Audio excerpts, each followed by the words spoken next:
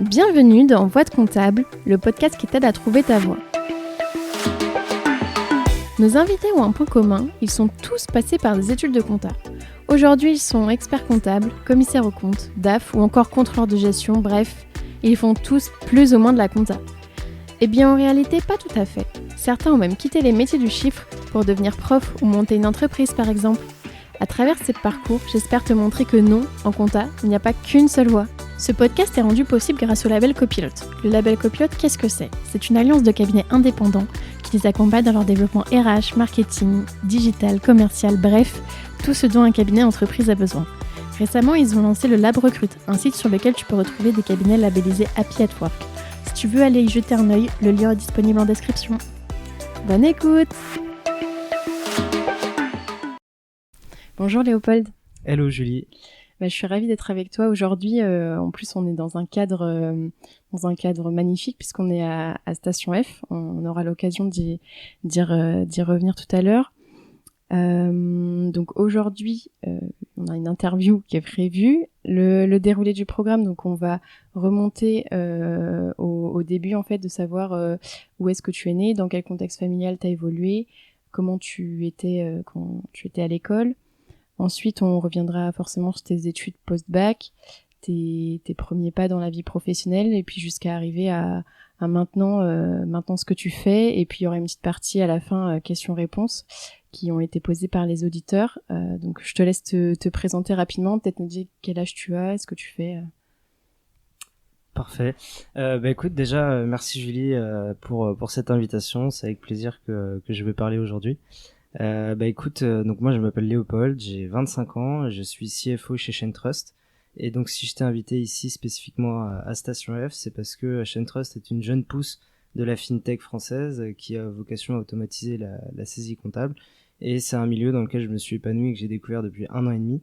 Un milieu qui est assez riche, la startup, qui à mon sens est assez méconnu du monde du chiffre. Et donc je suis très ravi aussi d'en parler aujourd'hui avec toi au travers de ce podcast. Top. Est-ce que tu peux nous dire ce que c'est CFO ? Parce que je pense que dans mon startup, il y a beaucoup d'anglicismes. Du coup, je vais faire attention à ce que tout le monde puisse les comprendre. Qu'est-ce que c'est CFO en français ? Yes. Alors CFO, c'est Chief Financial Officer, donc grosso modo ce qu'on appelle un directeur administratif et financier couramment. Donc c'est une personne qui est en charge de toutes les tâches administratives et financières d'une entreprise. On pourrait y revenir plus tard pour savoir exactement quels sont tes types de missions. Mais si on recommence par le début, du coup, est-ce que tu peux nous dire d'où est-ce que tu viens, où est-ce que tu es né ? Oui, alors ça, c'est assez marrant parce que c'est une question à laquelle j'ai toujours beaucoup de mal à répondre, dans la mesure où je suis né en région parisienne, mais en fait j'ai vécu dans les 4 coins de la France. Mon père a un gros passif entrepreneur, il a bougé dans tous les coins de la France. On l'a suivi et du coup donc j'ai fait ma toute petite enfance en région parisienne. On a assez rapidement bougé dans les Vosges, donc j'ai fait quasiment toute la petite section maternelle dans les Vosges. Ensuite j'ai bougé en Bretagne où j'ai fait, je crois, de ma grande section de mémoire jusqu'au collège. Ensuite mes parents ont bougé dans le sud-ouest de la France, du côté de Montauban, et à ce moment-là moi je suis parti en internat au lycée. J'y reviendrai aussi juste après. Et après, je suis resté donc 3 ans en internat dans les Yvelines pendant que mes parents habitaient dans le sud-ouest de la France. Et ensuite, j'ai pris mon envol, j'ai pris mon indépendance et je suis parti à Paris pour les études, où j'ai fait tout mon parcours DCG, DSCG à Paris donc pendant 5 ans. Et je vis à Paris maintenant depuis 7 ans. Donc finalement, tu as fait le tour de France, mais t'es revenu te poser à Paris, là où t'étais, Ouais, tout à fait. là où t'étais né. Du coup, tu disais que ton père était entrepreneur. Il fait quoi exactement ? Mon père était entrepreneur dans le bâtiment, donc il a touché un peu à tout. Il a commencé dans ce qu'on appelle l'acrobatique du bâtiment. C'est des mecs avec des cordes qui font l'alpinisme du bâtiment. C'est aussi un nom qui est couramment utilisé. Donc c'est des mecs qui vont intervenir dans des milieux un peu compliqués, sur des grosses tours, sur des grosses infrastructures. Petite anecdote, il a fait un chantier typiquement quand il y avait la construction de Disney à Val-de-Marne. Il a participé à la décoration des grues et du chantier pour Noël. Enfin voilà, pour te donner un peu ce genre de chantier un peu bizarre qu'on peut leur donner. Et puis après, chemin faisant, il a touché à d'autres trucs dans le bâtiment. Il a fait du gros œuvre, il a fait de la charpente. Et en fait, à chaque fois qu'il avait un nouveau projet, ça l'amenait à bouger. C'est pour ça qu'on allait dans le Vosges, c'est pour ça qu'on allait en Bretagne. Et l'âge a fait qu'au fur et à mesure, il s'est un peu rangé et que maintenant aujourd'hui il est salarié et il travaille plutôt dans le parti bureau d'études. Donc il est plutôt en amont de tout ce qui est construction sur la conception, etc. Mais D'accord. jusqu'à ses 35 ans, mon père était, je crois il a dû monter 4 ou 5 boîtes différentes. Voilà. Ah oui, donc un gros passif entrepreneur, et c'est peut-être aussi parce que c'était des projets qui étaient plutôt longs et c'est pour ça que vous déménagiez à chaque fois. Alors, c'était pas spécifiquement les projets en eux-mêmes, il n'était pas sur des chantiers, par exemple, d'un château qui va prendre 4 ans, ce genre de choses. Non, non, c'était plutôt il avait des projets, il disait, tiens, il allait bosser je sais pas, c'est des projets très spécifiques, comme le traitement de mérule, qui est un champignon, puis la charpente, ça l'intéressait, puis ça, donc il a touché un peu à tout. Il avait un scope très large, il a touché vraiment à tout dans le bâtiment, et puis des fois, il a monté des boîtes qui ont grossi, qui du coup sont diversifiées, qui du coup partant d'une niche se sont dit tiens quand tu fais ça tu peux aussi faire ça et puis si tu veux faire appel à tel gars tu peux gérer la quasi-totalité du chantier. Donc, voilà, forcément il a évolué avec l'évolution de sa boîte, mais voilà. Et ta mère, elle avait plutôt un job qui lui permettait de suivre ton père, justement. Qu'est-ce qu'elle faisait? Exactement, bah écoute, ma mère elle était assistante de direction. Elle a fait aussi quelques boulots en gestion de manière, on va dire, entre guillemets, assez basique, sur du contrôle de gestion, sur de l'assistanat de gestion. Disons des jobs qui sont assez faciles à trouver où que tu ailles, que tu peux quitter à tout moment pour privilégier la vie de famille, parce qu'il faut déménager, parce que ce genre de choses. Donc c'est des jobs que tu peux trouver assez partout.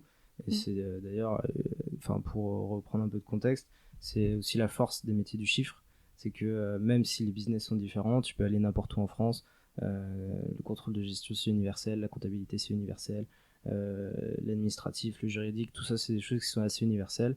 Donc après, libre à toi d'être assez flexible au niveau de la géographie, au niveau de l'emploi du temps, etc.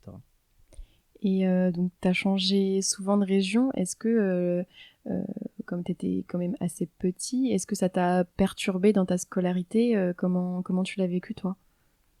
Disons que je crois que j'ai eu la chance d'avoir ces changements, on va dire, majeurs au moment où typiquement c'était le passage après la maternelle, c'était le passage après le collège, tu vois, c'est pas comme si c'était en plein milieu du collège, en plein milieu de l'école. Donc j'ai quand même des continuités et puis c'est les moments de rupture. Alors c'est vrai que des fois on aime bien quand même partir au lycée avec ses potes, on aime bien rentrer au collège avec ses potes d'avant. Bon, après c'est pas un drame, je pense qu'au contraire. Sur le moment, c'est peut-être un peu difficile à vivre. Après, quand tu l'as fait une fois, deux fois, bon, voilà, après, t'es assez flexible et puis ça te donne une bonne capacité d'adaptation. Moi, je le vois, c'est le cas de mes frères et sœurs aussi. Donc là-dessus, je pense qu'au contraire, sur le moment, c'est pas évident. Mais après, voilà, a posteriori, ça t'apporte quand même une bonne capacité d'adaptation. Surtout que c'est pas seulement changer d'établissement, c'est changer de région. Et même s'il y a des gens qui pensent qu'il faut aller en Thaïlande pour se dépayser aujourd'hui, je peux vous dire qu'entre la Bretagne et le sud-ouest de la France, il y a des cultures qui sont vraiment très opposées, des manières des codes au niveau des jeunes, des vestimentaires, de dialogue, tout ça qui sont assez opposés. Donc non, non, ça donne une certaine richesse, une certaine culture, voilà, ça vient avec tout son bagage, tout son lot d'avantages aussi, quoi. Et justement, je pense que le fait que tu aies des frères et sœurs, au final, tu avais quand même un environnement assez stable et tu pouvais te retrouver en famille avec des gens que tu connais. Donc ça a dû faciliter la chose. Eux, ils sont plus âgés que toi ou plus jeunes? Ouais, alors ça aussi, c'est une petite anecdote. J'en ai une grande famille, on est 6 enfants. Et si tu veux, donc moi je suis tout au milieu. Là actuellement, donc j'ai 25 ans. Mon frère aîné en a 27 ou 28. Désolé, je sais jamais précisément. Et ensuite, la petite dernière, elle est au lycée, elle est au conservatoire de danse à Bordeaux, donc elle est encore au tout début de ses études. Et si tu veux, ce qui était assez marrant, c'est qu'en fait, moi j'avais sauté une classe et je me suis retrouvé assez rapidement au même niveau que ma sœur qui du coup a un an de plus que moi. Et j'ai fait, alors pendant longtemps on a été assez préservés, elle était dans sa classe, j'étais dans la mienne, voilà, c'était une volonté comme ça d'évoluer chacun de son côté. Sauf que quand tu es dans une école de province au milieu de la campagne, il y a forcément un moment où il n'y a plus assez d'effectifs pour faire 2 classes, donc tu te retrouves forcément à une classe. Et du coup avec ma sœur, on s'est retrouvés assez rapidement dans les mêmes classes, on a évolué ensemble. Et du coup, c'est vrai que j'ai toujours eu entre guillemets, ce référentiel un peu stable de ma sœur toujours dans ma classe. Ça avait son lot d'avantages, son lot d'inconvénients, forcément. Et jusqu'au lycée, donc avec ma sœur dans la même classe. Donc souvent, c'était un peu la confusion. Vous êtes jumeaux, comment ça se passe?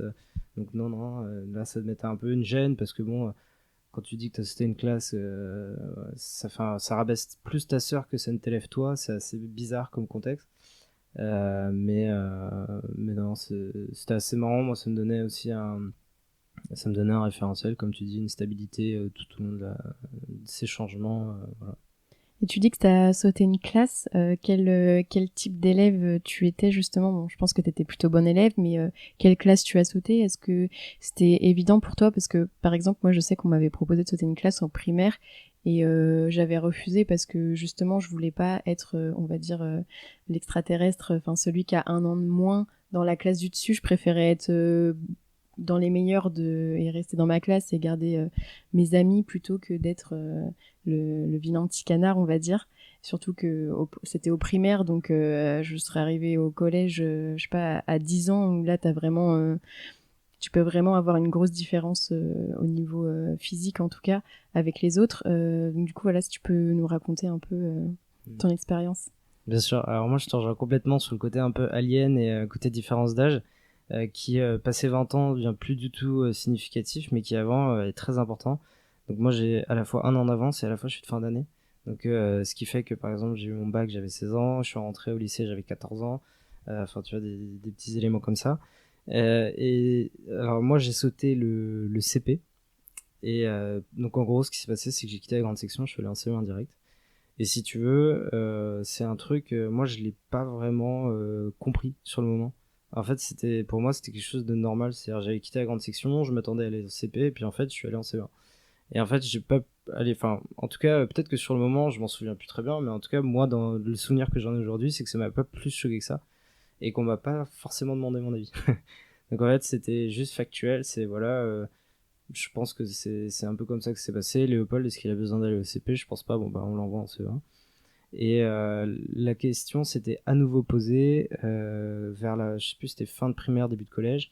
Et là, on m'avait reproposé. C'était un parcours spécifique dans un collège où j'aurais fait le collège en 3 ans. Et j'ai dit non. Là, ça m'a un peu fait flipper parce que autant le passage grande section CE1 était passé comme une lettre à la poste. Voilà, pas faire de CP, bon, ça m'avait pas plus choqué que ça et ça m'avait pas trop perturbé. Autant là, quand on m'avait dit que j'avais un peu plus, voilà, 10-12 ans, je sais plus quel âge j'avais, et qu'on me dit, ouais, il y a un collège spécifique. En plus, à l'époque, quand j'étais en province, ça me faisait aller à Rennes, ville que je pense que tu connais très bien. Euh, et, euh, et du coup, là, ça m'angoissait de fou de me dire déjà, je vais devoir changer de collège. Alors, c'est chiant, j'ai pas envie de changer. De me dire que je vais faire tout ça en 3 ans, mais je vais arriver au lycée à quel âge, je vais passer mon bac à quel âge. Ça m'angoissait énormément. Et du coup, je dis non, moi je veux suivre les copains, je veux aller dans le collège que j'ai toujours vu en face depuis que j'ai commencé l'école. Donc là-dessus, on se rejoint parce que moi, j'avais pas envie de ça. C'était quelque chose qui vraiment m'angoissait et surtout qu'il y avait quand même maintenant qu'on en parle, il y a un truc qui était pas très agréable, c'est que quand j'ai sauté le CP, au tout début du CE1, on va dire pendant les premiers mois, ce qui se passait, c'est que pendant les cours de récré, des fois on me prenait à part et on allait me mettre au tableau et j'étais tout seul avec la prof et elle me faisait des trucs, je sais pas, j'arrivais pas à comprendre si j'étais un cobaye, si je devais rattraper du retard. Mais j'ai ces souvenirs de 5 minutes de récré, 10 minutes de récré par-ci, où bah, pendant que les copains ils s'amusaient, moi je devais rester, je devais lire des trucs au tableau, répondre à des questions.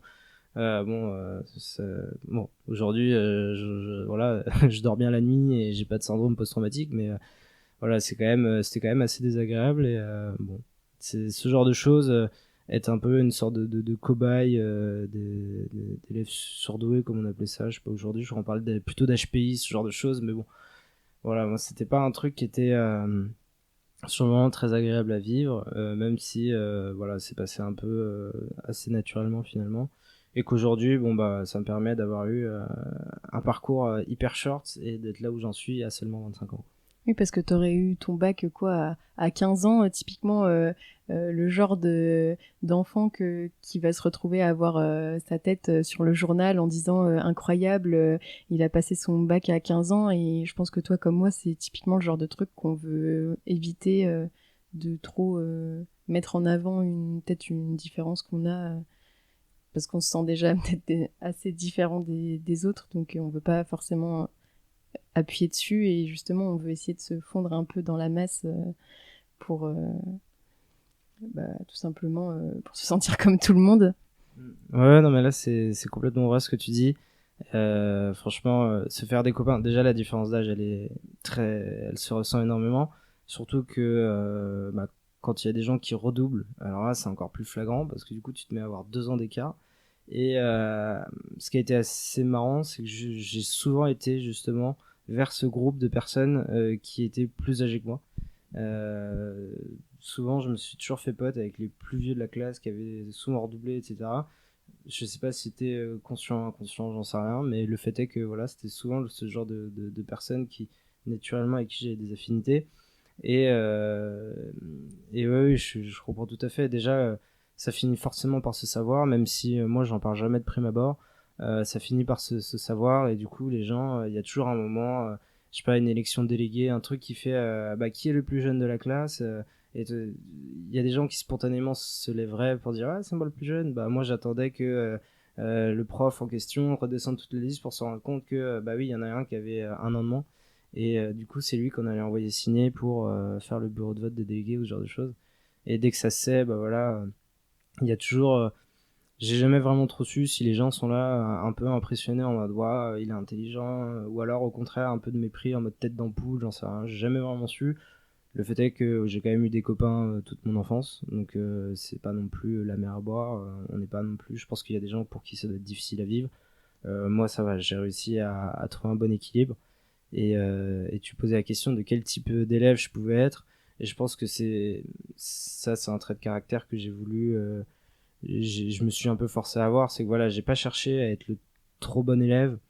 J'ai toujours fourni les efforts suffisants pour être dans le mood, pour avoir des notes qui étaient satisfaisantes. Disons que voilà, j'allais pas surperformer, mais j'allais performer. Ça me permettait d'avoir les encouragements, les félicitations. Ça me permettait de décevoir personne. Mais voilà, je préférais rester un peu dans, comme tu disais, un peu dans la masse. Et moi, j'étais ce type d'élève qui grosso modo, moi, les souvenirs que j'ai des cours, c'est de regarder l'horloge. Et concrètement, ça, c'est vraiment tous les souvenirs que j'ai.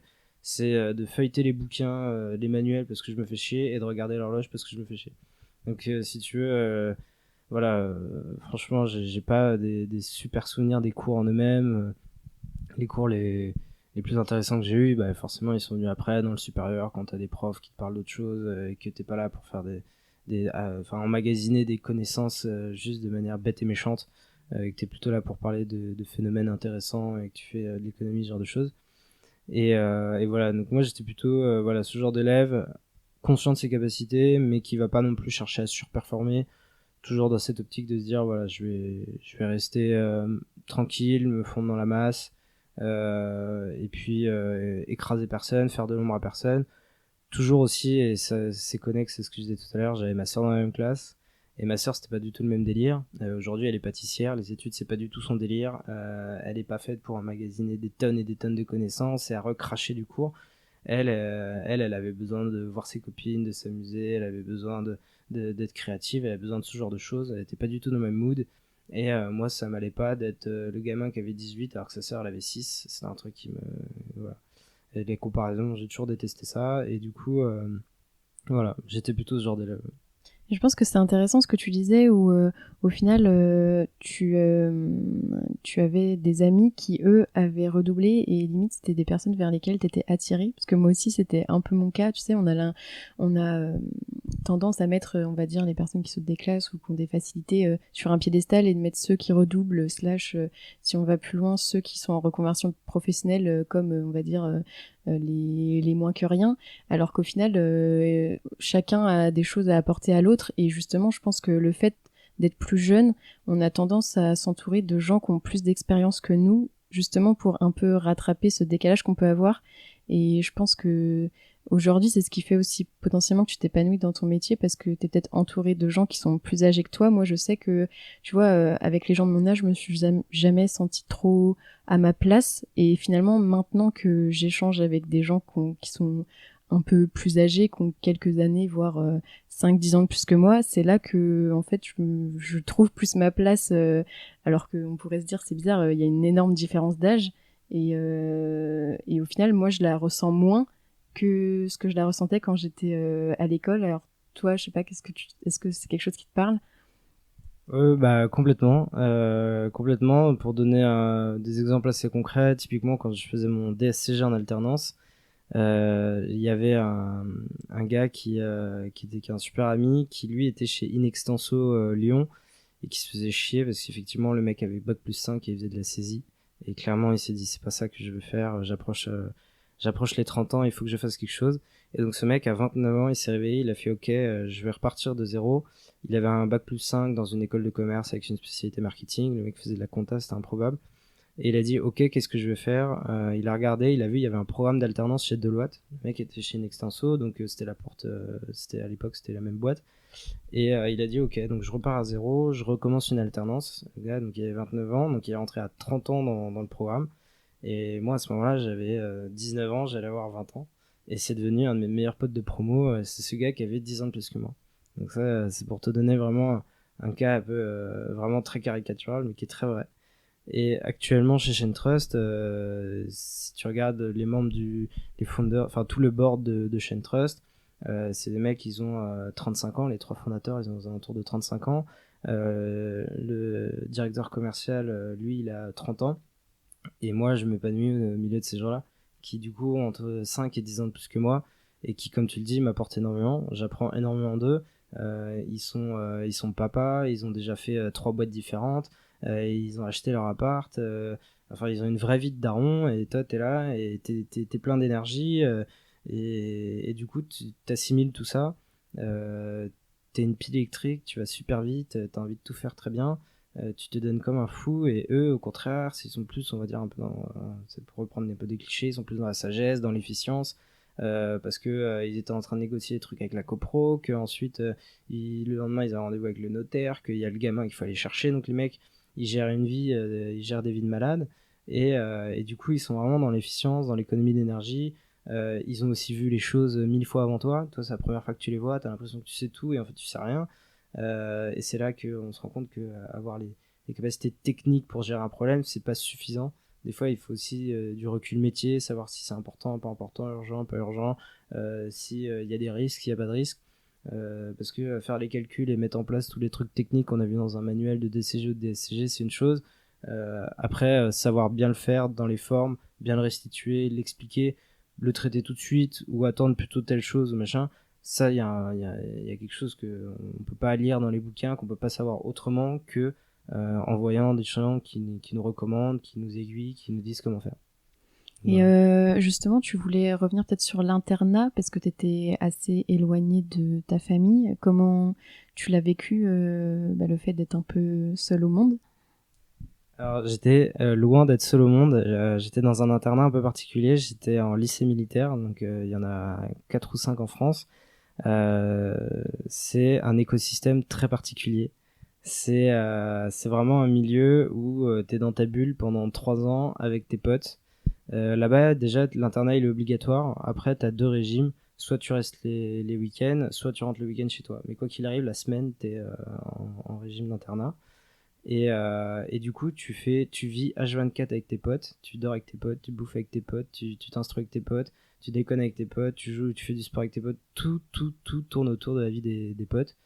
Et vraiment, c'est une vie incroyable parce que t'es dans un. Déjà, alors moi j'étais au lycée militaire qui est à Saint-Cyr-l'École, donc à côté de Versailles. C'est un vieux bâtiment qui date du 16e ou du 17e siècle. Donc t'as cet aspect un peu Poudlard, tu vois, d'être dans un gros château. Et puis après, il y a des infrastructures de malade. Je sais plus, je crois il y a 16 hectares de terrain. T'avais une piscine, t'avais une piste d'athlétisme, des terrains de foot, des barres de traction. T'avais tout ce qu'il fallait pour te faire plaisir et passer du temps. T'avais un énorme parc pour te balader. T'avais une mini forêt, des cours de tennis. Enfin, Je veux dire, que demande le peuple, quoi. T'étais vraiment dans le meilleur écosystème du monde. T'avais pas besoin de te soucier de comment t'allais t'habiller. T'avais un uniforme. Le matin, tout le monde était habillé pareil. Le soir, pareil. Si t'avais un problème sur un vêtement, t'allais je sais pas comment on appelle ça. Enfin, dans le jargon militaire, on appelle ça le SM4. C'est une sorte de blanchisserie. T'allais changer ton truc. Enfin, t'avais zéro souci à te faire, quoi. T'avais toutes les contraintes du quotidien. T'avais pas à faire tes courses. T'avais pas tout ça, à savoir ce que t'allais bouffer, comment t'allais t'habiller, ce que t'allais devoir acheter comme fringue. Que dalle. Là, t'avais juste à kiffer ta life. Bon, la contrepartie, c'est que tu bossais énormément. Moi, les heures de perm, c'est un truc qu'il n'y avait pas quand j'étais au lycée. Du lundi matin à 8h jusqu'au samedi 13h, j'ai bossé constamment. Et c'est un lycée qui a fait sa réputation autour de ce label de lycée d'excellence. C'est-à-dire que quand tu es à Saint-Cyr, tu te préoccupes pas de savoir si les élèves vont avoir le bac ou pas. Tu te préoccupes d'une part de s'ils vont avoir la mention ou pas, et d'autre part s'ils vont faire une grande école après ou pas, ou une prépa, ou s'ils vont à la fac, si c'est des facs prestigieuses. Donc c'était un peu tout ça qui était en cause quand tu étais dans ce genre de lycée. Mais en fait, déjà il y avait une bonne dynamique, tout le monde se tirait vers le haut.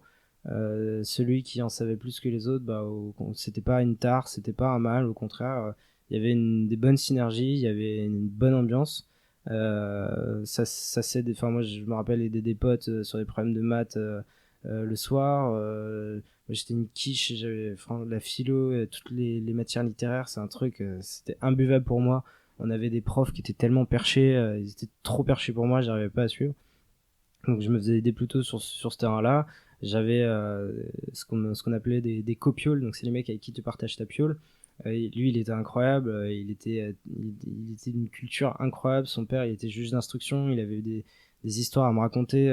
Enfin, c'était une dinguerie. Donc vraiment, moi j'ai vécu ça comme, je pense, parmi les 3 meilleures années de ma vie. L'internat, c'était incroyable. Et comment ça se fait que tu t'es retrouvé là-bas? Est-ce que c'était un choix que toi t'as fait ou est-ce que c'est tes parents qui t'ont envoyé là-bas?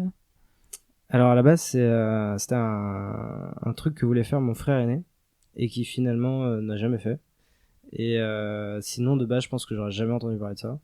Et du coup, si tu veux, pour rentrer là-bas, comment ça se passe? Tu passes des concours en troisième.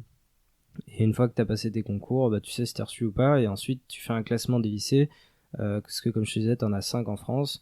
Bien sûr, il y en a qui sont plus réputés que d'autres pour tout ce qui est post-bac, résultat du bac, tout ça. Et du coup, moi, j'avais mis Saint-Cyr en premier choix. J'ai passé les concours, j'ai été reçu. Et du coup, c'est un choix qui était assez personnel.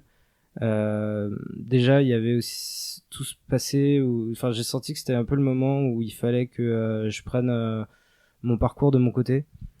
Comme je te disais, moi j'ai ma sœur qui m'a suivi, enfin c'est plutôt moi on va dire qui a suivi ma sœur tout au long de la scolarité, et elle avait une idée bien précise de ce qu'elle voulait faire au lycée. Elle avait spoté un lycée en particulier, tout ça.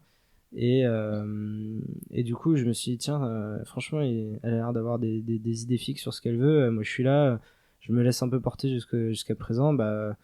Si je fais rien, je vais me retrouver dans le lycée juste à côté. Bon, est-ce que c'est ce que j'ai envie? Pourquoi pas? J'avais effectivement mon frère qui avait ce projet-là, qui l'a jamais concrétisé. Je me suis dit, vas-y, je vais le tenter. Et du coup, ouais, comme je te dis, j'ai passé les concours, j'ai été reçu à Saint-Cyr. Et voilà. Et à ce moment-là, tu savais déjà que tu étais intéressé par le milieu de la compta, de la finance, ou c'est venu après? Quelle spécialité t'as fait pour le bac, par exemple? Alors moi, j'ai fait un bac éco avec option maths. À la base, moi, je suis rentré à Saint-Cyr avec l'objectif de devenir médecin militaire. Ça, c'était ce que je voulais faire à la base. C'était d'une part médecine et d'autre part l'armée. C'était les deux domaines qui m'attiraient le plus jusqu'au lycée.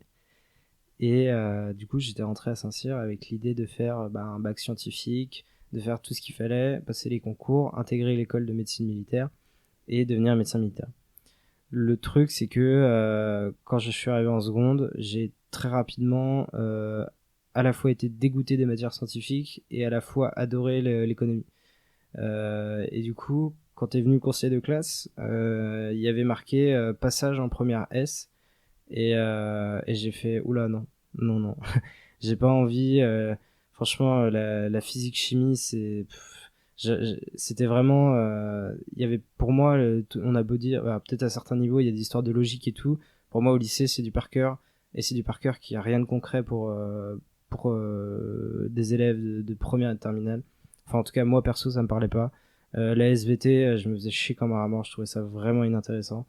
Et juste les maths, je trouvais ça cool. Et je me suis dit, ouais, mais est-ce que juste pour les maths, ça vaut le coup? Et je me suis dit, autant faire un truc qui me plaît, c'est-à-dire éco avec l'aspect maths. Et du coup, j'ai dit, non, non, je veux aller en éco et je prendrai la spécialité mathématiques. Et du coup, ça a été plutôt ça mon parcours. Donc déjà, je savais que j'évinçais la médecine. Mais c'était un choix assumé parce que j'avais peur de subir ça. Médecine, c'est quand même 9 ans d'études. Et je m'étais déjà projeté en me disant, si pendant 9 ans, je vais me subir ce ressenti, ça va me saouler. Si je dois apprendre des trucs trop high level pour au final utiliser un stéthoscope et dire à quelqu'un qu'il a un rhume, ça va me faire chier aussi. Du coup, j'ai dit, ok, ça sert à rien, ça on écarte direct, on part sur une branche plutôt économique, mais j'avais quand même à l'esprit la vocation militaire. Et du coup, je m'étais dit, après le lycée, je ferai la prépa pour rentrer dans l'école d'officier, donc à Saint-Cyr-Couët-Quidan, qui est en Bretagne. Et je m'étais dit, ok, on part là-dessus. Et quand j'ai fait mes choix post-bac, donc j'avais mis les prépas militaires parmi les premiers choix. Et ensuite, il fallait minimum, je sais pas combien de choix, donc j'étais obligé de mettre d'autres choix dans ma liste. Et je sais pas quoi mettre. Et du coup, quand tu sais pas quoi mettre à Saint-Cyr, là-dessus, t'es très bien accompagné. Et on avait comment on appelle ça, une conseillère d'orientation, slash psychologue, slash je sais plus quoi. Et qui m'a fait faire plein de tests, qui m'a posé plein de questions et qui m'a dit, voilà, regarde ton nuage de points, ce qui t'irait bien, c'est ça ou ça. Alors je regarde prépa HEC, d'accord, et DCG. Putain, je dis prépa HEC, moi ça me fait un peu flipper. Moi je suis pas trop dans le mood de vivre. Enfin, la prépa, ça m'angoissait de ouf si c'était pas pour faire l'école militaire. Faire prépa HEC, j'avais pas envie d'être un cheval de concours, une espèce de mec qu'on va bourrer le crâne. Pendant 2 ans, on va te dire à tes cols que tu fais de la merde. On va te mettre des 6 sur 20 pour toujours, soi-disant, te tirer vers le haut, alors que moi, ça m'aurait déprimé. Donc, j'étais pas prêt à subir ça pendant 2 ans. Et du coup, j'ai dit non, franchement, prépa HEC, bof. Et surtout que j'avais quelques exemples autour de moi de personnes qui avaient tout donné pendant 2 ans et qui se retrouvaient avec des écoles qui jugeaient bas de gamme. Et subir ça, donner 2 voire 3 ans de ta vie si tu veux cuber et finalement te retrouver à devoir être face à un dilemme de l'école de je sais pas quelle ville qui est pas du tout prestigieuse à tes yeux, j'aurais trop mal vécu ça. Du coup, je pense par peur de l'échec, on va dire, et aussi par pas envie de subir un essorage de cerveau par la prépa. J'ai dit ok, je vais prendre le choix qui était en numéro 2, je sais pas ce que c'est, mais de toute façon, moi je m'en fous, ce que je vais faire c'est prépa militaire. Et du coup, j'ai mis les DCG dans toute la France. Bien sûr, par sécurité, j'avais été un peu intelligent, j'avais mis à Paris le premier. Et, euh, et en fait, le truc, c'est que j'ai enchaîné un peu les conneries en terminale. Et ce qui fait que j'ai fini par aller en conseil de discipline. Je suis passé devant le colonel, parce qu'en fait, quand tu es au lycée militaire, tout le cadre disciplinaire, il est géré par des militaires. Et donc, je passe dans le bureau du colonel. On était, comme par hasard, au moment des orientations post-bac, tout ça. Et en fait, il traitait, lui, les dossiers des gens qui voulaient rentrer en prépa pour faire l'école d'officier. Et il avait très bien préparé son coup. Moi, j'étais arrivé, j'avais mon même uniforme, parce qu'on a un uniforme de cérémonie avec un beau blazer, des belles chaussures, etc. J'avais le même depuis que j'étais en seconde, sauf que j'avais pris 40 centimètres. Donc je suis arrivé dans son bureau avec un truc beaucoup trop petit, je ressemblais à un clown. Donc déjà, je m'étais fait démonter, je me rappelle très bien. Et en plus de ça, il me dit Wenger, Wenger. Et là, il tire un papier qui dépassait bien de la pile. Il me dit mais ça, ce serait pas votre dossier pour la prépa? Et j'ai dit si, bien sûr, j'ai postulé. Il m'a dit vous croyez que l'armée française a envie de gens comme vous aujourd'hui? Et du coup, j'avais compris que c'était mort. Et il m'a dit il va falloir se ressaisir, mais bon, je pense que c'est trop tard. Voilà. Donc, j'ai eu le droit au gros savon. Je pensais que c'était un coup de bluff. Et le fait est que je m'étais bien donné. J'étais parmi les meilleurs de ma classe à ce moment-là parce que j'avais vraiment envie de cette prépa. Et il s'est avéré que j'ai pas été pris, que d'autres personnes qui n'avaient pas forcément les mêmes résultats ont intégré ces prépas. Donc voilà, j'avais compris que j'avais été, c'était pas ma place. Du coup, c'est comme ça que je me suis retrouvé avec mon 4e choix, qui était le DCG au lycée Turgot dans le 3e.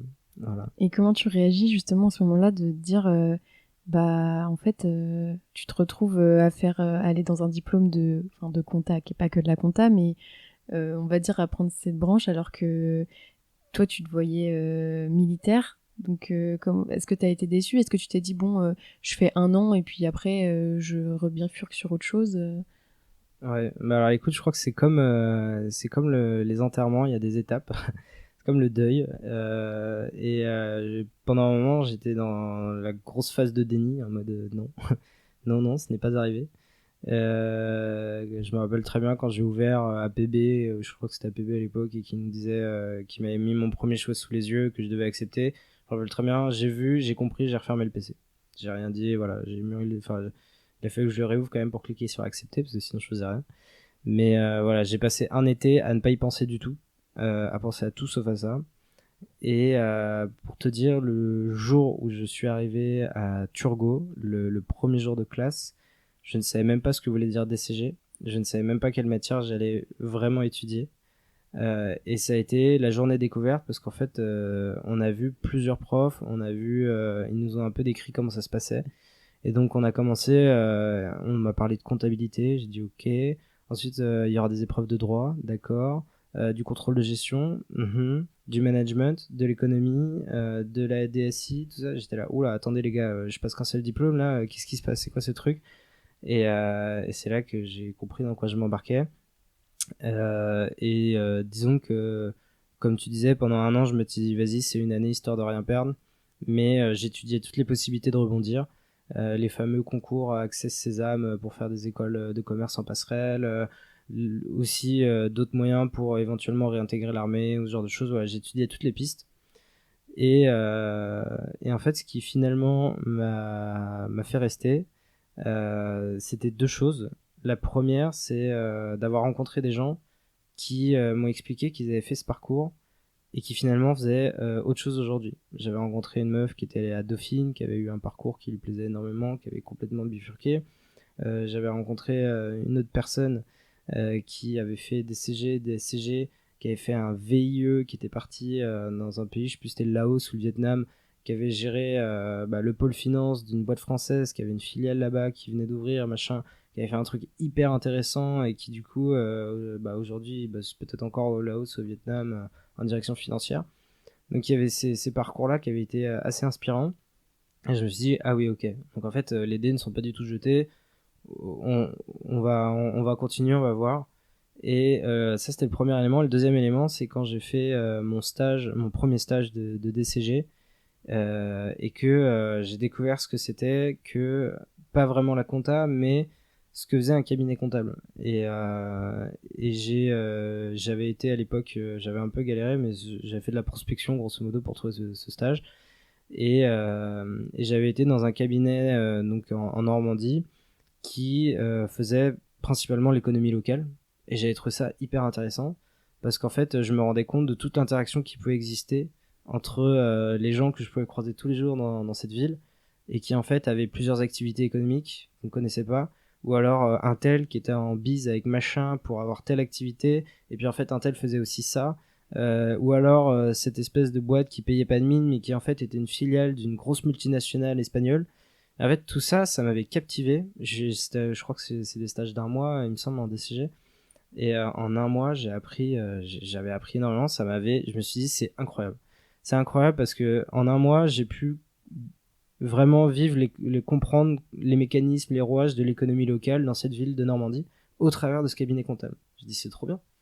J'ai envie de vivre ça à différentes échelles. Et du coup, en troisième année, je me rappelle, il y avait les mecs de chez Deloitte qui débarquent à Turgot avec des kakémonos, des gens en costume, et des nanas en tailleur, tout ça. Les mecs, c'était comme l'armée, ils arrivent hyper bien préparés. Engagez-vous, signez ici, on est les meilleurs, vous allez vous éclater, vous allez jouer avec des pistolets, voilà, tu vois, c'était exactement ça. Et du coup, je me suis dit, franchement, je pense qu'en ayant vécu ce que j'ai vécu dans ce petit cabinet de Normandie, à l'échelle de Deloitte, ça doit être incroyable. Et du coup, je me suis embarqué après ça dans une alternance chez Deloitte pour le DSCG. Et c'est vraiment ce qui m'a fait rester dans la profession. Mais c'était pas tant faire de la compta, appliquer mon écriture d'augmentation de capital, mais tout ce que j'ai pu apprendre en audit pour faire des machins. Non, c'est pas vraiment mettre en pratique ce que j'avais appris qui me plaisait. C'était vraiment la couche encore au-dessus. C'était voir tout ce qui découlait, comment on en arrivait là, tout ce qui allait autour de ça finalement. Et à ce moment-là, est-ce que tu envisages le fait d'être expert comptable, puisque on va dire c'est le Graal, enfin le dernier niveau, le boss final. On en parle souvent, même quand on est en première année de DCG. En gros, on nous dit vous êtes les futurs experts comptables. Du coup, est-ce que toi, c'était quelque chose que tu avais en tête, ou tu t'es dit pourquoi pas, ou peut-être ou juste tu te laissais porter et tu t'es dit je continue et après je verrai ce que je veux faire. Bah écoute, quand j'étais en DSCG et au début du DSCG, ce qui était certain, c'est que j'allais vers le deck. Parce que l'idée c'était de se dire voilà, l'effort il est à faire maintenant, parce que si jamais je veux faire une coupure ou machin, je sais très bien qu'à 30 ans repasser le deck ça va être compliqué. Du coup non, j'étais vraiment dans cette optique de tout faire et d'avoir toutes les billes en main pour avoir juste l'embarras du choix après. Et puis entre temps j'avais rencontré des gens qui avaient eu le deck, qui faisaient des parcours incroyables, qui étaient directeur comptable chez Air France, qui étaient directeur financier chez Sciences Po. Et j'étais là, genre je me dis ok, donc le deck ça ouvre quand même des belles portes, c'est un gage de confiance. Là récemment t'avais Binance qui implantait tout son headquarter en France. Dans la fiche de poste du directeur financier il y avait marqué French CPA, le mec veut un expert comptable. Et du coup j'étais là, ok, donc en fait il y a vraiment de la crédibilité derrière ce diplôme.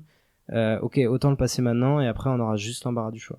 D'autant plus que quand tu arrives dans une boîte comme Deloitte, tu progresses, hein, c'est comme l'armée une fois de plus. Chaque année, tu prends un grade senior, enfin junior, junior 2, senior, senior 2, assistant manager, manager, manager 1, jusqu'à senior manager.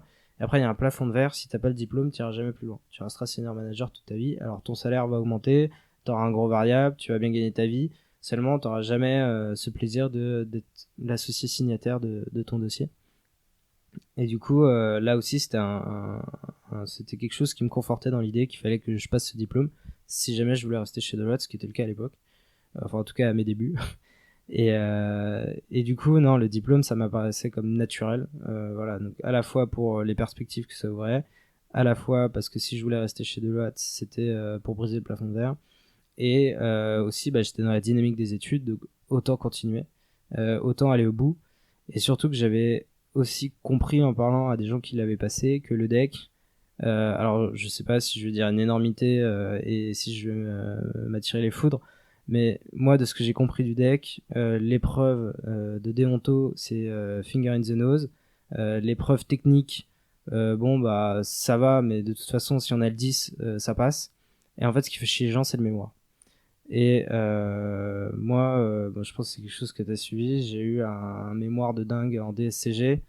Franchement, l'effort pour le convertir en mémoire de deck et une fois de plus avoir une note passable sans trop d'effort, parce qu'il y avait de l'autre en parallèle, parce que machin, ça aurait été largement faisable. Donc stratégiquement, j'avais tout intérêt à continuer pour le deck. J'ai des bonnes prédispositions, le bon environnement. Voilà. Donc c'est vraiment ce qui m'aurait motivé à aller jusqu'au deck, quoi. Donc French CPA pour ceux qui ne sont pas bilingues, c'est expert comptable français. Et comment, justement, tu as eu l'occasion de rencontrer ces professionnels? Tu disais des DAF de Sciences Po, DAF de Air France. Est-ce que c'était des intervenants dans ton école, ou est-ce que c'était plutôt peut-être des gens avec qui tu étais en contact pendant ton alternance? Alors, ni l'un ni l'autre. C'était des gens que j'ai rencontrés par le biais du monde associatif. Donc c'est en gros, pour être totalement transparent, moi j'ai encadré des jeunes pendant quasiment toutes mes études dans le cadre du scoutisme. Et du coup forcément ces jeunes ils ont des parents, et ces parents ils ont des métiers, et c'est là que j'ai pu croiser ce genre de profil. Et oui, c'est des gens qui te racontent leur histoire. Après il y a aussi eu cette chance quand t'es chez Deloitte. Deloitte, quand ils envoient un alternant sur le terrain, Grosso modo, ils vont pas dire tiens, c'est l'alternant. Non, ils vont dire t'es un junior. Parce que s'ils disent t'es un alternant, le mec va se dire attends, pourquoi il me donne une version dégradée d'un auditeur là? Non, moi je veux un vrai junior, un mec qui a un diplôme et tout. Et du coup, donc déjà, on fait sauter cette barrière d'a priori sur que voilà, t'es encore un mec en formation. Et deuxièmement, bah, en fait, tu côtoies assez facilement, alors pas forcément des DAF, parce que moi j'étais sur des dossiers, je pense que je peux les nommer sans trop de problèmes. J'étais sur Bolloré, j'étais sur LVMH, j'étais sur des dossiers comme Dassault, sur des dossiers comme Ramsay Général de Santé, qui est un des plus gros groupes de cliniques au monde. Et dans ce genre de boîte, tu croises rarement le DAF. Parce que le mec, il est dans sa tour d'ivoire, il est avec, c'est le bras droit du PDG. Tu l'aperçois, tu sais qui c'est, tu as déjà vu son nom sur une porte.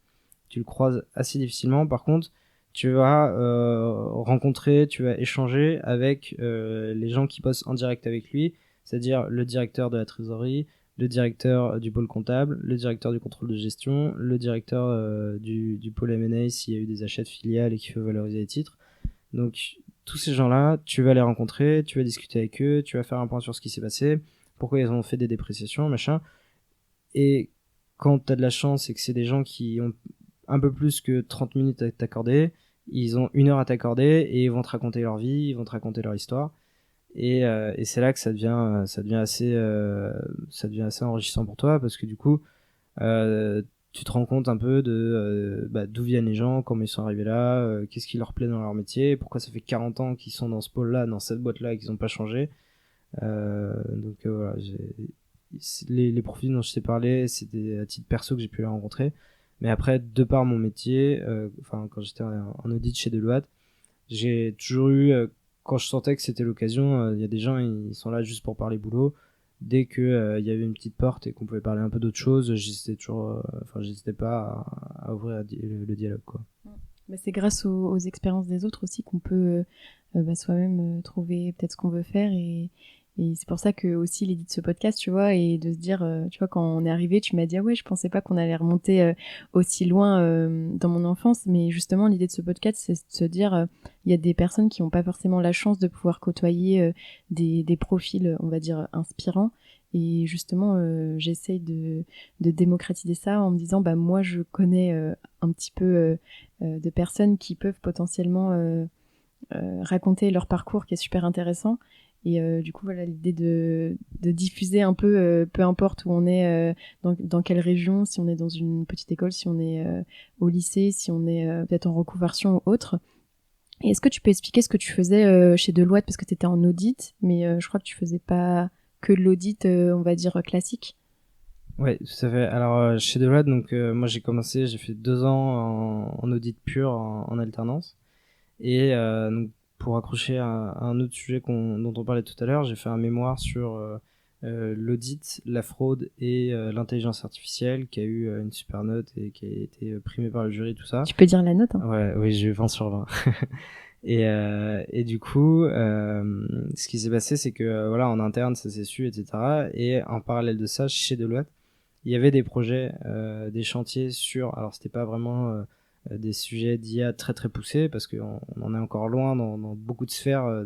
On se fait des mythes et des films là-dessus, mais on en est encore des stades assez basiques. Mais il y avait quand même des sujets data, il y avait quand même des sujets de cet ordre-là. Et notamment, Deloitte venait de sortir toute une gamme, tout un écosystème en fait de data visualisation, donc c'est de la visualisation de données, de data mining, ce qu'on va appeler de l'exploration de données. Donc ils avaient créé une plateforme avec plusieurs outils qui permettaient de faire un peu tout ça. Et il leur fallait des ambassadeurs. Parce qu'en fait, chez Deloitte, comment ça se passe? La R&D, elle est centralisée aux États-Unis, en Floride. Donc il y a, chaque année, ils font tourner, je crois, tous les 2 ans. Ils renouvellent toute l'équipe. Et ils vont chercher des cerveaux du monde entier qui vont être cooptés dans ce pôle de R&D. Et ils vont penser les process d'audit de demain, les outils d'audit de demain, l'audit de demain. Les mecs pensent déjà demain, après-demain, ils sont déjà dans le futur. Et donc, une fois qu'ils ont booké tous ces projets, qu'ils ont été mis en prod, souvent, ça va marcher en 2 temps. Il va y avoir des versions bêta qui vont sortir. Donc là, ils vont cibler, ils vont prendre des gros dossiers, ils vont prendre des clients avec qui ils pensent que ça peut bien fitter, etc. Et une fois que c'est good, ils vont le démocratiser et là ils vont l'imposer. C'est-à-dire ils vont établir des critères et en disant si tu es sur un dossier de plus de 500 heures d'audit, tu vas devoir utiliser ça pour ton journal entry testing, donc l'investigation des anomalies dans le FEC, tout ça. Et, et donc à ce moment-là, il y avait notamment 2 outils sur lesquels la France avait besoin de support pour que les équipes d'audit se les approprient. C'était un outil qui faisait ce qu'on appelle de la régression linéaire, c'est-à-dire qu'en fait, il va prendre une projection, donc la plupart des cas, c'était une projection de chiffre d'affaires, et en fait, tu allais lui donner un discriminant, un facteur discriminant, et il allait te dire, ok, au regard de l'évolution de ce facteur, ta projection, elle est fiable. Je vais donner un exemple assez concret. Moi, j'avais un dossier en logistique, et en gros, pardon. Un des meilleurs moyens de corréler l'évolution du chiffre d'affaires de ce dossier en logistique, c'était de le corréler au cours du fret. Pour te dire, bah voilà, c'est logique qu'ils font plus de CA parce que le fret a augmenté, ou au contraire, le taux de fret a baissé, donc ça coûte moins cher, donc ils font moins de CA. Et donc, typiquement, tu pouvais regarder l'évolution du chiffre d'affaires, projeter les taux de fret en parallèle, qui est un élément exogène, un indice sectoriel, et tu allais aussi corréler les coûts des ventes, les cost of goods sales, les COGS, et tu allais mettre tout ça en perspective, tu allais donner tout ça à la machine, et elle allait dire, ok, bah moi j'ai un indice de confiance qui est de l'ordre de 86%. Et du coup, j'aidais les équipes d'audit à s'approprier, à structurer leurs données. Ça allait de la réflexion de quel type comment je vais pouvoir corréler mon chiffre d'affaires en fait, à comment j'utilise l'outil. Bah voilà, tu structures comme ça, tu fais évoluer dans le temps sous tel format, machin. Et puis tu vois, et si c'est supérieur à 80%, c'est-à-dire que l'indice est suffisant, c'est-à-dire que l'évolution du chiffre d'affaires est cohérente, et donc tu peux avoir une bonne assurance sur ce que projette la boîte, etc. Donc ça, c'était un premier chantier. Il y avait très peu de boîtes qui l'utilisaient, enfin du moins très peu d'équipes l'utilisaient sur très peu de dossiers. Donc c'était pas un gros morceau du travail. Le plus gros morceau, c'était sur un outil qui visait à identifier les anomalies dans le fake. Donc en fait, chez Deloitte, les clients qu'on audite, c'est du CAC 40, c'est du très grand compte, c'est des ETI, c'est des multinationales. Et ils ont des milliers d'opérations par jour, et le FEC, fichier des écritures comptables d'une de ces boîtes, il fait 8 millions de lignes, 10 millions de lignes. C'est pas le petit FEC du bar tabac qui fait 3000 lignes, c'est vraiment le truc qui fait 8 millions de lignes. Tu peux pas l'ouvrir sur Excel, c'est un truc, tu peux pas humainement le visualiser. Et du coup, il faut trouver un moyen de se dire, ok, c'est la donnée avec le niveau de granularité le plus faible. On est vraiment sur la matière brute de l'information financière de la boîte. Comment je peux trouver des anomalies, et du coup, il y a tout un travail sur déjà comment, une fois de plus, je récupère la donnée, comment je la structure, comment je l'intègre. Donc ça, c'était la partie technique sur laquelle je les accompagnais. Et puis après, il y avait la partie métier, c'est-à-dire quel test je peux exploiter sur ce business. Est-ce que ça fait sens pour une holding de regarder ce typologie d'anomalie? Est-ce que je mets des seuils? Est-ce que je mets pas de seuils? Si je prends mes seuils, est-ce que c'est des seuils d'audit? Est-ce que je recalcule des seuils spécifiques? Est-ce que j'utilise des lois statistiques? Et du coup, là, ça c'était un gros morceau de mon temps. C'était un des outils sur lesquels j'ai le plus travaillé, et j'ai le plus accompagné les équipes d'audit. C'était assez passionnant, et j'ai fait ça pendant 2 ans. Donc toujours avec mes missions d'audit en parallèle, bien sûr. Et parce que chez Deloitte, ils ont cette spécificité de jamais te spécialiser trop. Ils aiment toujours que tu gardes un pied dans un métier, si possible dans 2. Ils adorent aussi, pour faire de toi un peu un couteau suisse. Mais voilà. Et du coup, donc j'ai fait ça pendant 2 ans. Et, et c'est en partie ce qui m'a poussé à quitter Deloitte, non pas parce que c'était mal passé, mais plutôt parce que ça m'a ouvert l'esprit, ça m'a acculturé à toute la data, à tout l'univers voilà, de ce qu'on appelait l'audit analytics, hein, c'est-à-dire comment l'audit va évoluer avec les outils d'analyse, et même au sens plus large, toute l'évolution technologique au sein du monde du chiffre. Et c'est comme ça que j'ai découvert notamment chez Trust. Et du coup, à ce moment-là, tu étais en stage deck ou... Ouais, tout à fait. J'étais, du coup, j'ai eu mon DSCG au bout des 2 premières années. Et ensuite, alors j'ai pas fait totalement 2 ans de stage, j'ai fait 1 an et 8 mois de stage chez Deloitte. Et j'étais en stage deck, ouais, effectivement. Et donc, comment ça s'est passé en fait la ton comment ton arrivée chez Trust en fait, toi t'étais chez Deloitte et c'est eux qui t'ont contacté ou c'est toi qui as postulé? Comment ça s'est fait? Non, non, c'est moi qui les, c'est moi qui les ai approchés. À l'époque, il devait y avoir même pas 10 personnes chez Chain Trust. C'était vraiment. Alors la boîte, elle a été juridiquement créée en 2018. Seulement pendant un an, c'était que de la R&D et il y avait aucune phase commerciale. La vraie commercialisation, c'est 2020, on va dire, parce que 2019, c'était plutôt des bêta-tests. Et moi, je suis arrivé, je les ai rencontrés milieu 2020. Donc ils avaient quoi? Ils avaient 8 mois derrière eux de commercialisation. Et c'était une toute petite équipe, mais déjà quand même très très solide. Et je les ai découverts, c'était via Vite Comptable, à Picab. Pourtant, c'est pas un cabinet, si? Alors non, mais ils font de la promotion pour, au sens très large, tous les éditeurs de logiciels qui veulent recruter, même dans le monde de la compta. Et du coup, donc j'avais vu l'annonce. C'était un poste qui voulait un peu tout dire et rien dire, histoire de dire en fait on a besoin de gens qui sont calés dans beaucoup de choses, pas spécialement la compta, mais notamment la compta, pour renforcer nos équipes, parce qu'on sait pas trop, la boîte elle évolue, il y aura des besoins, on sait pas trop ce que ça va être, mais voilà. Du coup j'avais rencontré les gars, j'avais pris un café avec eux, et je les ai revus une deuxième fois, puis une troisième fois, et puis j'ai dit ok, je pose ma DM et je vous rejoins. Et du coup, ça c'était en août 2020 que j'ai démissionné et je les ai rejoints en septembre-octobre 2020. Ouais. Donc à ce moment-là, tu sais que c'est pas un cabinet et donc que ton stage va être en suspension, mais ça te dérange pas? Ouais, alors ça a été un peu le dilemme parce que effectivement, moi dans ma tête, c'était assez clair comment j'allais préparer mon deck, comment j'allais aborder, parce que comme on disait tout à l'heure, le gros du deck c'est le mémoire. Tout était très clair dans ma tête. Il fallait juste que je me mette au travail. Et comme je t'ai dit, j'étais à 1 an et 8 mois de stage quand je suis parti. Et du coup, je savais qu'en fait, déjà, je validais pas ma deuxième année. Et j'ai quand même, quand je suis arrivé chez Shentrust, fait une année dérogatoire. Parce qu'en fait, tu peux faire une année de stage sans être sous tutelle d'un expert comptable. Et faut quand même être dans le domaine de la comptabilité ou du chiffre de près ou de loin. Et Donc c'était pas le stage en entreprise, c'était encore un autre dispositif.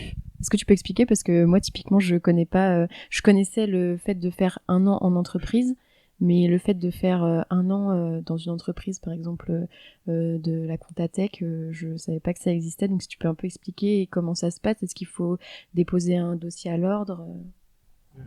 Bah écoute, je pense que personne ne sait que ça existe. Déjà pour une simple raison, c'est que la rubrique n'existe même pas sur le site de l'ordre.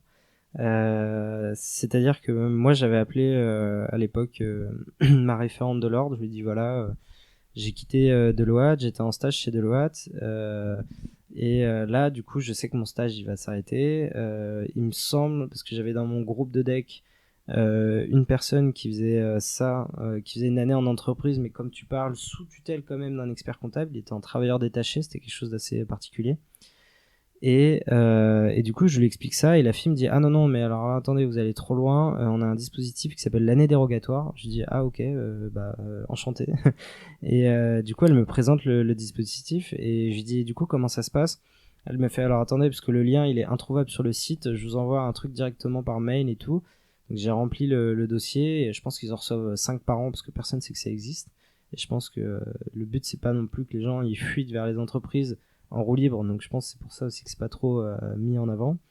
Et du coup, en fait, les conditions sont les suivantes, c'est qu'il faut, déjà c'est un an, il faut être dans le domaine de la comptabilité ou de la gestion ou voilà du chiffre d'ordre général. Et il faut qu'on ait un tuteur qui, enfin je sais plus, mais j'ai plus le wording en tête, mais quelqu'un qui, sans être expert comptable, puisse avoir quand même un bon bagage sur la finance d'entreprise, tout ça, qui nous supervise et qui soit en mesure de nous aider si jamais par exemple on est en troisième année et qu'on veut passer les épreuves. Et du coup, bah, moi je cochais toutes les cases et j'ai dit ok banco, bah, on part là-dessus. C'est un dossier qui a été rapide à faire. J'ai eu une recommandation à demander à mon ancien tuteur chez Deloitte. Ça s'est fait assez facilement. Il a fallu que j'explique ce que faisait Shentrust, ce que j'allais faire au quotidien, un organigramme et puis c'était plié quoi. Du coup, est-ce que tu peux nous expliquer ce que fait Trust? Yes. Alors Chaintrust, c'est un outil. Alors communément, les collaborateurs qu'on a au téléphone, ils parlent d'OCR, ils parlent de pré-saisie, les plaquettes commerciales vont parler de pré-production comptable. Voilà, vous pouvez mettre les mots que vous voulez, mais grosso modo, que fait Chaintrust dans les faits? C'est un robot qui va absorber vos factures, qui va lire des factures et les traduire en écriture comptable. Donc en fait, il fonctionne en deux temps. Il va avoir une couche de lecture d'image sur laquelle il va extraire les infos essentielles, comme le fait un humain quand il a une facture sous les yeux.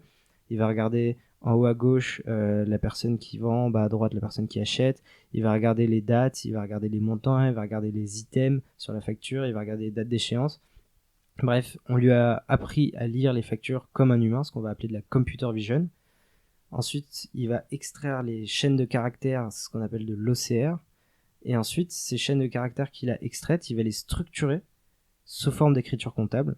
Et là, c'est plutôt un moteur de règles qu'on peut appeler intelligence artificielle. C'est une chaîne de conditions. C'est un truc très très compliqué avec des réseaux de connexion entre les informations dans une grosse base de données. Et voilà. Et donc en fait, c'est ni plus ni moins qu'un robot qui lit une facture, extrait les informations et les structures en écriture comptable. Voilà. Et est-ce que ça, c'est vraiment la finalité de Chaintrust ou est-ce qu'il y a une volonté derrière peut-être d'aller plus loin? Parce que j'ai l'impression qu'il y a quand même pas mal d'acteurs, en tout cas, qui sont sur ce créneau-là de justement automatiser la saisie des factures. Quelles sont les ambitions de Chaintrust? Est-ce que c'est vraiment de se concentrer sur ce pan-là et d'être le meilleur? Ou est-ce qu'il y a peut-être un aspect derrière analyse de données, etc.? Alors nous, la manière dont on se définit, c'est qu'on est ce qu'on appelle un pure player, c'est-à-dire qu'on ne fait que ça. En fait, si tu dis qu'il y a beaucoup d'acteurs qui font de la pré-saisie, effectivement, il y a beaucoup de gens qui veulent se positionner sur l'automatisation de saisie, mais en fait, il faut reprendre les choses en amont. C'est que automatiser quelque chose, vous avez plusieurs manières d'automatiser une tâche. Vous avez ce qu'on appelle l'automatisation en ordonnancement par les flux. C'est un mot très très technique. Et c'est ce que fait par exemple SAP. Ordonnancement par les flux, on va créer toute une chaîne de règles. Et on va dire, bah voilà, quand il y a un bon à payer pour tel montant qui rentre et qu'il a été validé par Jacqueline du tel service au profit de tel machin et qu'elle a posé tel centre analytique machin, ça donne telle écriture comptable. Et là, en fait, c'est pas de l'IA, c'est ce qu'on va appeler de l'ordonnancement par les flux, c'est-à-dire qu'il y a toute une chaîne de règles en amont qui ont été faites, qui vont, en fait, on apprend à une machine des règles du jeu, on lui dit, bah, quand il se passe ça, tu fais ça, quand il se passe ça, tu fais ça, et on paramètre tout. C'est pour ça que les gens qui passent sur des solutions hyper complexes comme SAP, comme Oracle, et bah souvent, tu as des intégrateurs que tu vas payer 1 million d'euros qui vont venir pendant 6 mois pour voir tous tes use cases et pour dire, ok, tel type de flux, ça va avoir telle incidence comptable, ça va passer une FNP, puis le jour où tu reçois la commande, ça déboucle la FNP, et puis machin, et puis si jamais c'est là pendant plus de 6 mois dans les stocks, on va passer une dépréciation, machin. Ça, c'est des trucs très très complexes de machines de guerre que font les 600 plus grosses boîtes en France qui ont SAP. Ensuite, tu vas avoir l'automatisation qu'on va appeler par labellisation, par étiquetage. C'est ce que font des acteurs comme George Tech, c'est ce que font des acteurs comme Dext.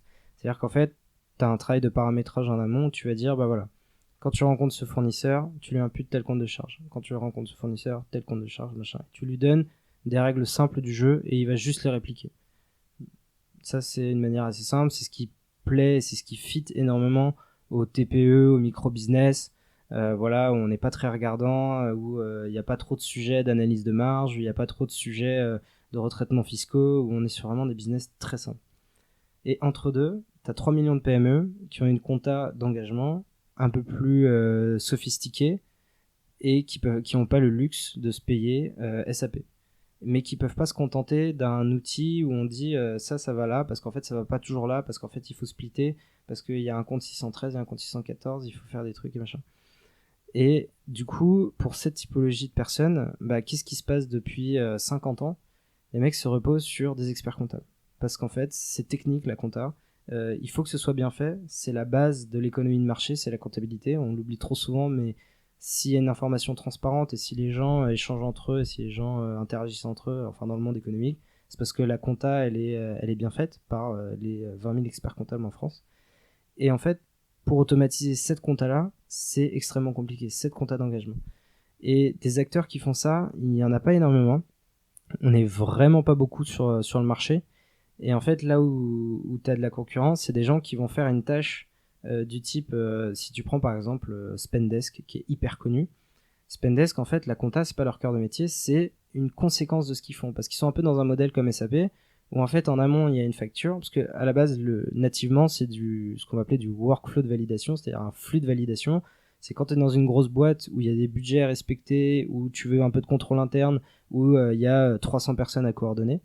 Et ben en fait, quand tu as une facture, une demande d'achat qui émane, tu as envie d'avoir le contrôle dessus.